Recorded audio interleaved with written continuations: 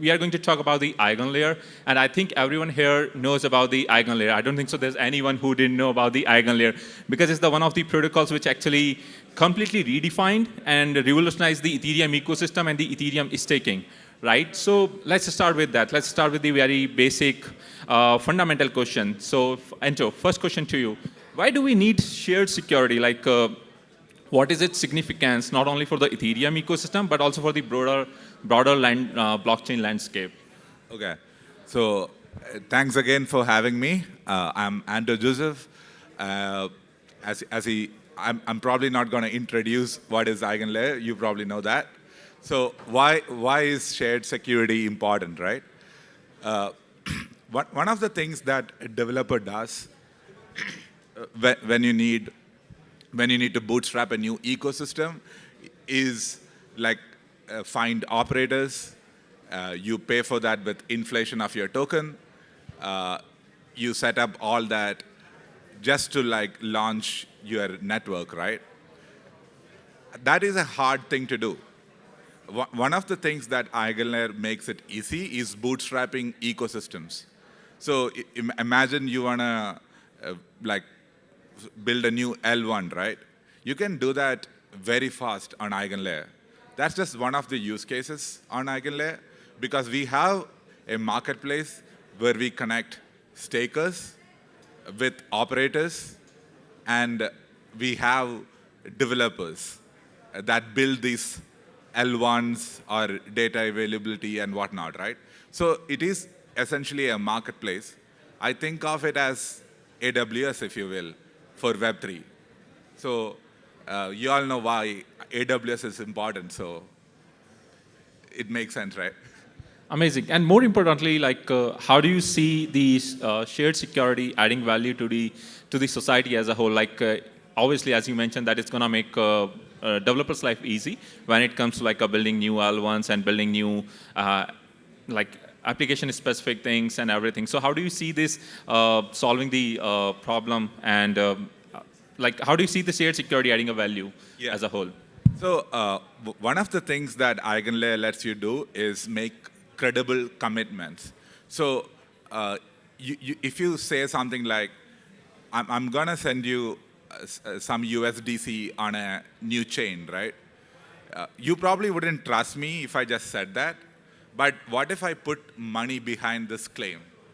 It is much more easier for you to trust me when there is some capital backing these claims, right? So EigenLayer lets you do that. It lets you make credible commitments that are backed by capital. So you could actually prove that if you were to like not get your funds on a different chain, you can like prove that you didn't get that, and you could get an insurance against it, if you will. So this is like one of the features that the protocol will have in the future. So Ethereum has slashing, which forces operators to follow a certain set of rules. EigenLayer allows for programmable enforcement of these rules. Not just slashing, but you can programmatically enforce what those slashing conditions are beyond just Ethereum staking. Right. So yeah, I have a question for you on the slashing as well. But before that, would you mind, like, could you elaborate on the EigenLayer's shared security model, like in a more technically, like for our developers, and its impact to the Ethereum ecosystem overall? Yeah. So as I said, EigenLayer has the carrot and the stick. The carrot is the reward, and the stick is slashing. We understand the carrot, right? Like people want rewards, so you do things for it.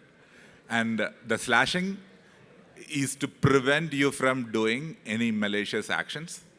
And we had an earlier security model where we had a shared or a pooled security where you wouldn't have direct claims to slashed to like a slashing fund. But with our new security model that we recently announced, developers have exclusive rights to slash a certain amount of capital. So we call that unique security. So if you are a bridge who wants to like transfer like $1 million in sub milliseconds, you can have unique security worth more than that, and you can be guaranteed that if there was a malicious action, there is at least $1 million in capital that you can slash for those malicious actions. So it's crypto economically secure. And that is really what this new slashing model brings. And we have things like total stake and unique stake and operator sets. These are terms you should know if you are building on EigenLayer and integrating slashing. You can use a combination of total stake and unique stake to raise the cost of attack for an attacker, and unique stake gives you the exclusive slashing rights to a certain amount of funds. So yeah, that is the very high level of what slashing is. Gotcha. Interesting. So as we know that also the usual Ethereum slashing mechanism is actually belongs to like it just generally burn away the tokens. But in case of the EigenLayer, we have been seeing that like if there is a slashing happens on the EigenLayer, instead of burning those tokens for the malicious action, like the funds will be distributed among the operators. So that are doing their like a job well. Can you describe a little more on these initiatives and why EigenLayer had decided to implement this? Like in Ethereum, we just burn away, but here in this case, we are like a distributing it, right? So why that? Yeah, I think at least for me, redistribution, or maybe we can call it insurance, that has always been the product. Slashing is great. It prevents you from doing malicious things, but imagine you can hedge against malicious actions, right? We know how big insurance is in the traditional world, and I don't think we have any sort of insurance protocols in Web3 right now that is automated. So EigenLayer can do that because we have access to unique stake that can be slashed. So it does make sense to redistribute the slashed funds once a malicious action has taken place. So the slashing upgrade to the protocol is a two-part release. The first part will just be slashing, where we will burn the funds. And the second part will be the redistribution. So why is it a two-part release, right? Just like in the traditional world, insurance comes with a lot of risks. Like there is insurance fraud, right? So there are crypto economic games you can play when you have redistribution. So we need to model out all the edge cases and be really thoughtful about how we do redistribution. And we want to see how slashing plays out on mainnet and take learnings from that and then use it for our redistribution development. So that is why it is a two-part release. Gotcha. So if I'm understanding it correctly, so the part one is the first is the burning the tokens away, and the second part in the like a next release after the upgrade, like there will be something that will lead to the redistribution. Is that I'm understanding correctly? Yep, that is correct. Okay, perfect, interesting. That's a really great approach. So my next question is like that we at Figment is actually live with quite a number of AVSs on our public operator and our white label operators as well, like including EigenD and there are AVSs like Hyperland, eOracle, and a couple of others.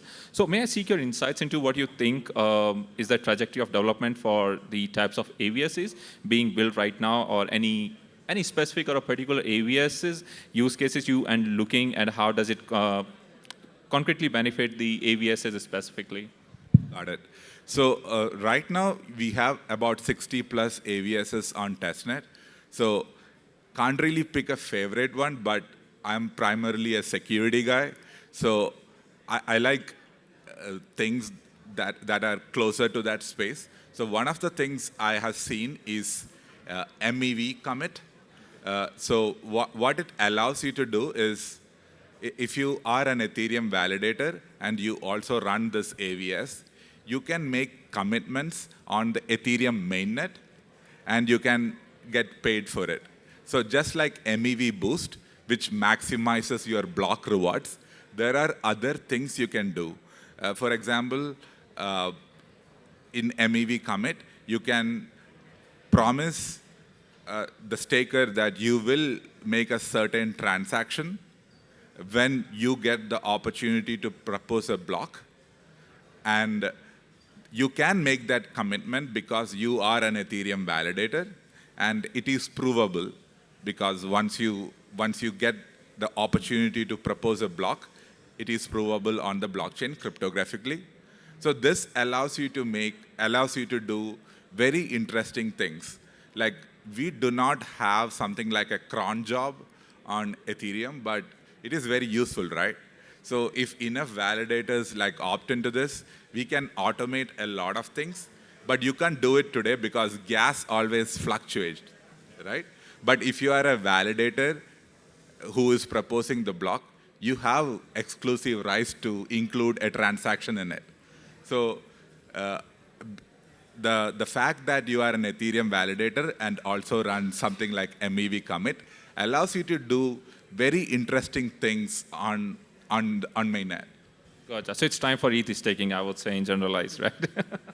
So starting from 1/8 or like go with like a 32/8. So yeah.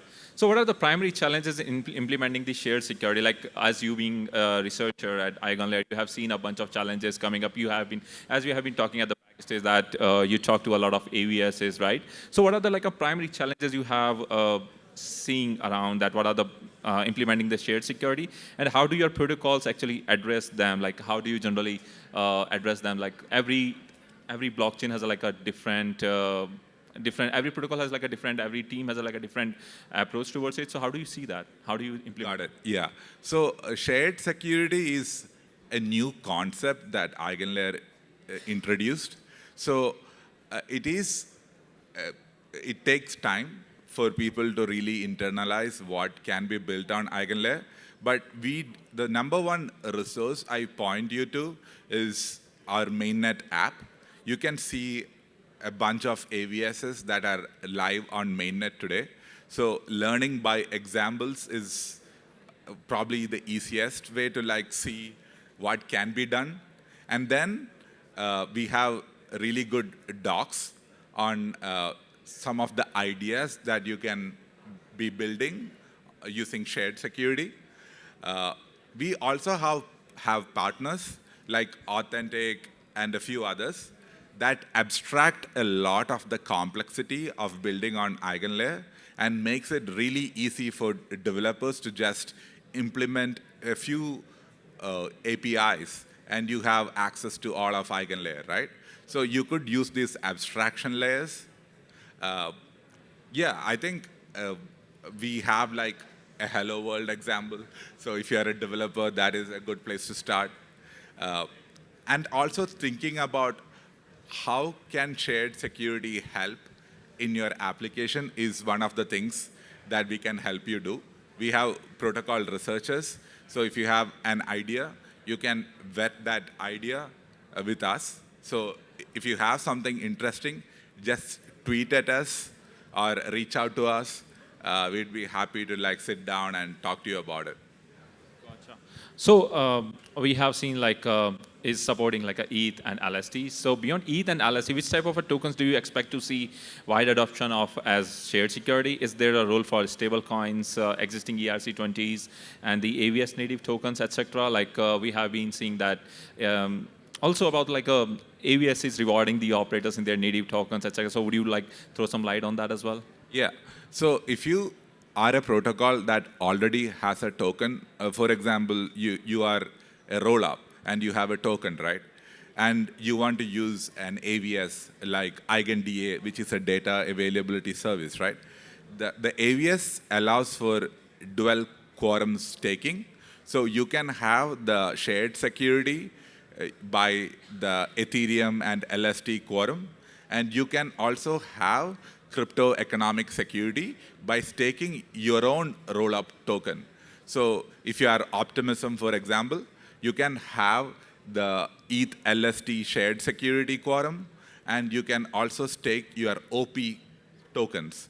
And then what that allows you to do is maybe you can have a requirement that your operators that run the OP validator needs to put up a certain amount of OP tokens. So you are economically aligned, right?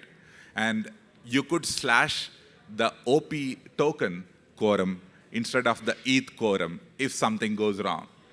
So it is very programmable, and you can bring your own tokens into EigenLayer. You don't have to always use the ETH or the LST quorum. We allow for your protocol's tokens to be staked, and that allows for interesting dynamics like this. Gotcha. Interesting. So you mentioned about like instead of ETH, the native token can be slashed. So is it like live, or like it's something that you are planning in the phase 1 and phase 2 of the upcoming slashing mechanism? Right, right. So we have a DevNet right now that has slashing live. We will be launching our testnet really soon. So developers can like already start building the slashing features on testnet. We have also started our audits. We are like really careful about our security. We get like a ton of audits from the best minds in the industry. So it will take some time, but once we get our slashing reports, the auditing reports, we will be launching on mainnet really soon. Gotcha. Okay. So do you see LRTs as maintaining dominant market share, or will this dynamic change once more of the AVS protocol rewards on slashing goes live? Like once we have like a more AVSs on the mainnet, more AVS tokens goes live, and the slashing mechanism goes live. So how do you see that? So also feel free to share more about the like outlook of the shared security in general, like how this coming up so far. Okay. Yeah. So LRTs allows EigenLayer to not financialize, right? So if you deposit some tokens on EigenLayer, we do not give you a liquid token.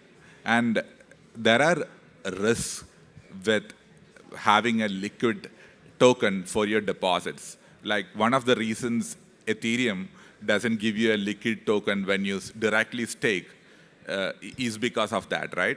But we do understand that financially, most people would want a liquid token for their deposits, right? So LRTs take on that role.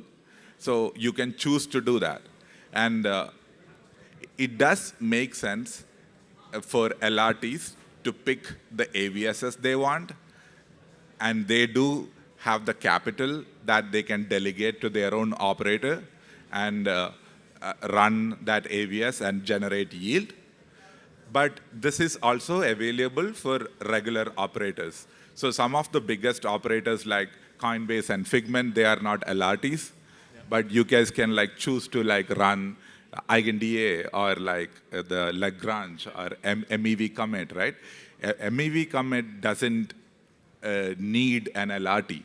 You just need a lot of Ethereum validators. So I imagine you are a big Ethereum validator as well. Indeed. So it does make sense for you to run that, because as more people run MEV commit, the network just gets better. So it does make sense. Okay, that's great. That's great.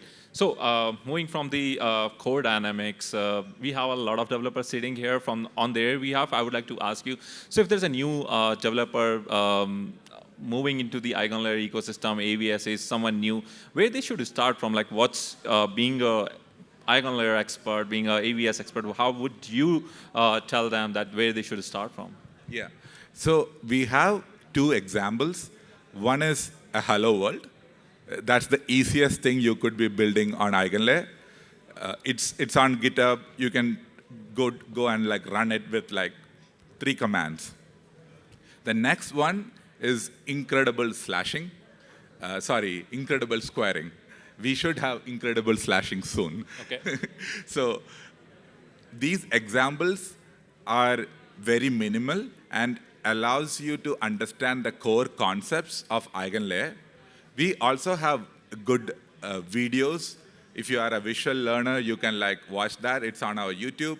So visit docs.eigenlayer.xyz, and there is a section for developers. Our DevRel team curates it. And if you have any questions, you can always reach out to us on our Twitter. We have a Twitter account called Build on Eigen. which is exclusively catered to developers, so it has developer resources. And Nader, who is one of our DevRels, is very active in this space. So you can always find him at any of these conferences and like reach him on Twitter, or just reach out to me and we can connect you to like the right resources if you are stuck. Interesting. So, what kind of a new, like, to the budding developers or new to the ecosystem, to the EigenLayer ecosystem, what would you recommend, like, where they should check out, like, one of the AVS which you recommend to them start to build on and explore the AVS ecosystem? So, what kind of like AVS you would recommend them to play around and sandbox? Yeah. So the easiest way to play with some of the AVSs are to go on to the app.eigenlayer.xyz, the mainnet app. And we have a bunch of AVSs that we have listed and are active on mainnet. One of the things that I'm very familiar with is EigenDA. It is the first AVS that EigenLabs have built on the protocol. It allows for very cheap data availability. And you can build very high throughput systems using EigenDA.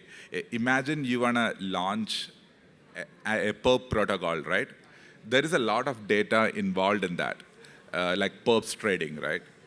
If you want to store all of that data on Ethereum L1, it will cost you a lot. Maybe you want to do that, and that's totally okay.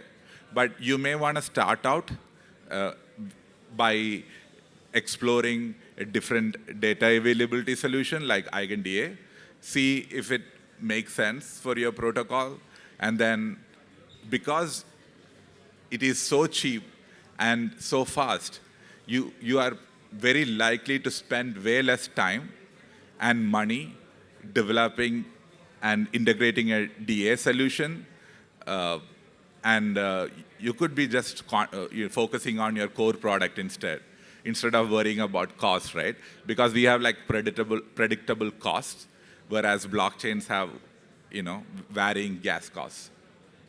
Gotcha. So my last question will be, before we wrap up this session and move to some of the questions from the audience, my last question is like, what kind of different types of AVSs or use cases you are looking forward to see built on EigenLayer? Like, if you have to choose, like, okay, these three things, these three types of AVSs should be built on EigenLayer, these kind of three problems should be solved, what these three problems should be from you?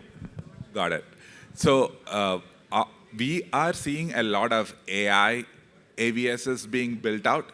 So decentralized AI is something very top of mind for EigenLayer. In fact, we are sponsoring hackathon at ETH India, and we have prizes for folks who are building AI agents or anything AI that you think is a good fit for like EigenLayer. So if you have ideas, come talk to me after. And we also look for novel use cases of EigenLayer. So anything that can use crypto economic security and make things better for a user experience, like intent layers, cross-chain bridging, right?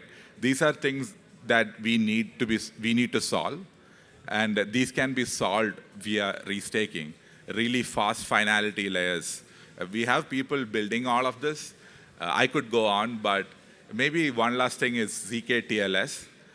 We have a lot of teams that are building zk-TLS on EigenLayer, and it allows them to reduce the trust assumptions of their protocol.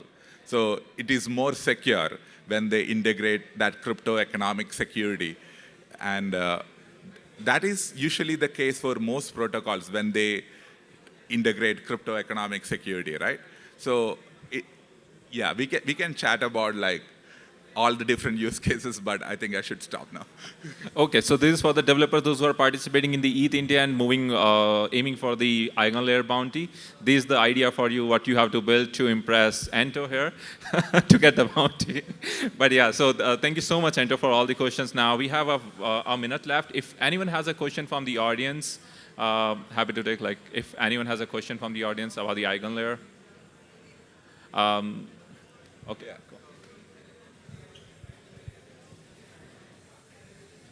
Hi. I just wanted to ask, like, is there a long-term focus to not just help developers at the grassroots, but also make these projects actually mature and become real-time companies?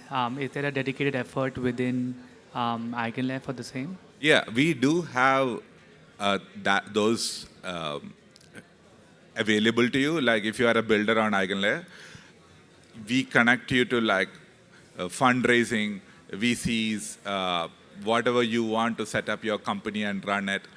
We do have that.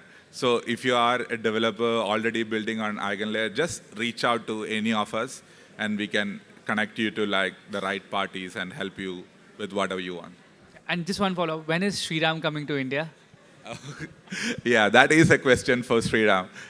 He would love to be here. I think he's heads down building right now. We are always in shipping season. And I will make sure he comes next time. Thank you. Everyone is looking forward to that one. Yeah. I'll send him a clip of this recording.